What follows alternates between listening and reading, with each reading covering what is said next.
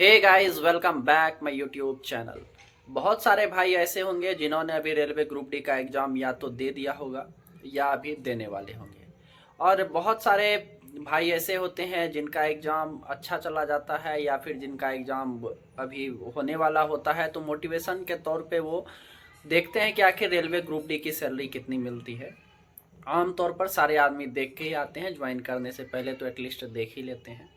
तो देखिए, अभी जो आप रेलवे ग्रुप डी में है, इसमें आपकी सैलरी जो है वो बहुत कम मिलने वाली है, नहीं के बराबर ही है। मतलब बहुत कम है, महंगाई के हिसाब से आपको जब आएंगे तब पता होगा कि नहीं, सैलरी कम है।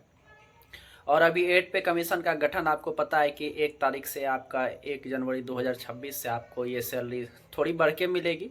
एटलीस्ट आप मान के चलिए कि आप अभी जितने पे हैं उसमें 5-6 हज़ार आप प्लस करके चल सकते हैं कि आपको इतनी सैलरी ज़्यादा मिलेगी, ऐसा उम्मीद है। अब बाकी क्या मिलेगी नहीं मिलेगी ये तो 1 साल 1.5 साल के बाद ही पता होगा कि आखिर कितनी सैलरी हम लोगों की बढ़ी है।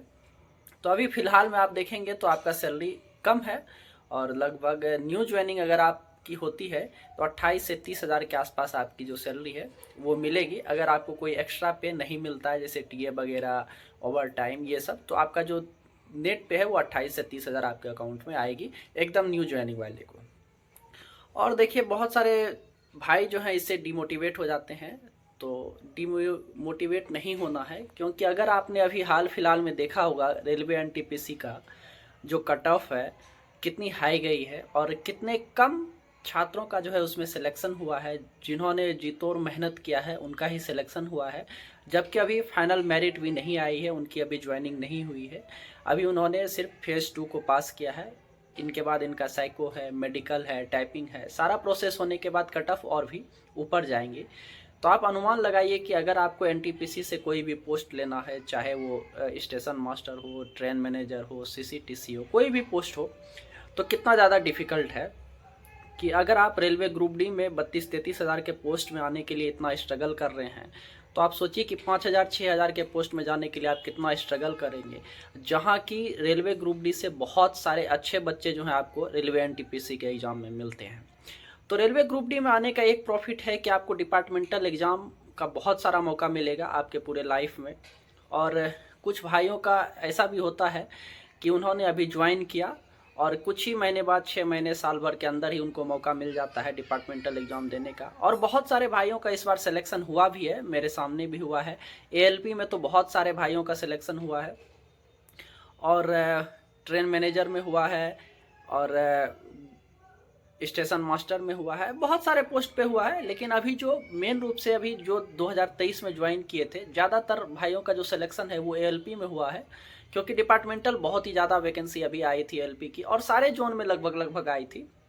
और बहुत सारे जोन में जीडीसी की भी वैकेंसी आई, और बहुत सारे जोन में अभी नोटिफिकेशन आया है कि आपका जनवरी फरवरी के आसपास में न्यू नोटिफिकेशन आने वाला है। जिन भाइयों का सिलेक्शन कहीं नहीं हुआ है वो जीडीसी से अपना सिलेक्शन ले सकते हैं। अच्छी खासी वैकेंसी आपको देखने को मिल सकती है। तो रेलवे ग्रुप डी में काम करने का ये भी एक बेनिफिट है, जहां आप एनटीपीसी में 200, 400, 500 बच्चे का कंपटीशन फेस करके एक पोस्ट पकड़ते हैं, आपको मिलता है।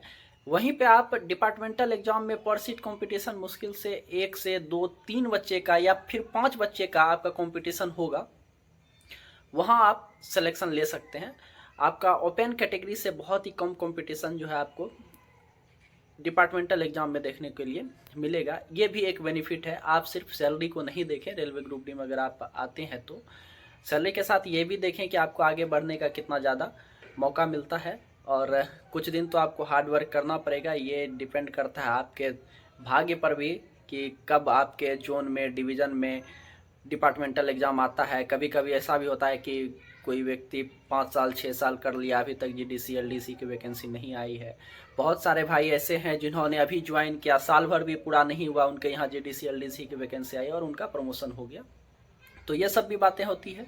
इसीलिए ज़्यादा डिमोटिवेट नहीं होना है आपको कि मैं रेलवे ग्रुप डी में हूँ और मेरी इतनी कम सैलरी है, और आप दूसरे से कंपैरिजन करते हैं। तो जैसा आप स्टेट में देखेंगे कि आपसे ज़्यादा सैलरी वाले भाई सब हैं जो अभी वर्क कर रहे हैं, लेकिन उनको वो बेनिफिट नहीं मिल रहा है जो आपको बेनिफिट मिल रहा है। रेलवे में अगर आप आते हैं तो आपका मेडिकल जो है वो रेलवे हॉस्पिटल आपका फ्री रहता है, जहाँ आप इलाज करा सकते हैं। उसके बाद आपका ड्रेस अलाउंस के लिए एक बार पैसा मिलता है पूरे साल में, और आपके अगर बच्चे हैं तो उनको पढ़ने के लिए 32,000 के आसपास मिलता है एक साल का, 2 बच्चे हैं तो 64,000 के आसपास, और अगर वो हॉस्टल में रहते हैं तो 96,000 के आसपास एक बच्चे का आता है। उसके बाद जब दिवाली आता है तो दिवाली बोनस भी मिलता है जो रेलवे कर्मचारी हैं, और कहीं भी जाने आने के लिए आपको पास पीटीओ मिलता है, जहां आप फ्री में ट्रेवल कर सकते हैं। ये सब भी बेनिफिट है जो अक्सर कोई भी छात्र या भाई जो है वो नहीं देखते हैं। वो सीधा देखते हैं कि नेट पे मेरे अकाउंट में 30,000 ही आ रहा है। ऐसा नहीं है, कुछ एक्स्ट्रा पे भी हो जाता है। और अगर आप ज्वाइन करते हैं रेलवे ग्रुप डी तो आपको निश्चित रूप से टीए वगैरह तो आते ही रहेगा कुछ ना कुछ, और स्टार्टिंग में तो निश्चित रूप से आएगा। जो भी नए भाई आएंगे तो वो सभी कुछ सैलरी मिल के आ जाता है, तो ठीक ठाक है। और सबसे बड़ी बात यह है कि आपको प्रमोशन का बहुत अच्छा मौका मिलेगा रेलवे में। रेलवे की ये बहुत अच्छी खूबसूरती है कि यहाँ जो भी आता है उनका प्रमोशन बहुत ही जल्दी, अगर आप लगे हुए हैं तो आपका प्रमोशन निश्चित रूप से हो ही जाता है। मिलते हैं नेक्स्ट वीडियो में, तब तक के लिए धन्यवाद।